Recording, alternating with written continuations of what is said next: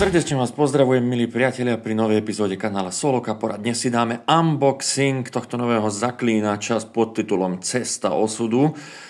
Krabica je to dosť veľká a je plná obsahu. V prvom rade musím pochváliť veľmi dobrý rulebook, teda manuál, ktorý je zrozumiteľný, aj keď ja mám napozerané už videá k tejto hre. Máme tu kopec žetónov. Hra je pre viacerých hráčov, čiže tých žetónov tam musí byť logicky veľa, ale je tam samozrejme aj solo režim.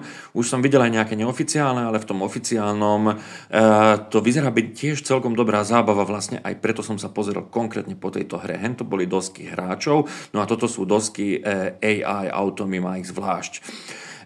V ruke teraz držím knižku príbehov, vlastne viac knížiek, pretože tá hra má dosť výrazný naratívny element, no a potom tam má balík, riadne hrubý balík hracích kariet, okolo ktorých sa tá hra vlastne točí.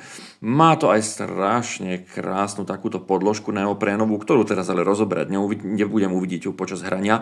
No a pochváliť musím tento zberač tokenov, alebo ako ho nazvať. Veľmi dobre padne, človek nepotrebuje mať svoj vlastný, aj keď samozrejme mám. Tam boli nejaké kartónové figurky, v core verzii máme len tieto, pretože v deluxe verzii sú figurky riadne plastové. Tu máme mini kartičky, tie si ešte nie som istý, na čo budú, no a to je v podstate celý balík, teším sa na testovanie.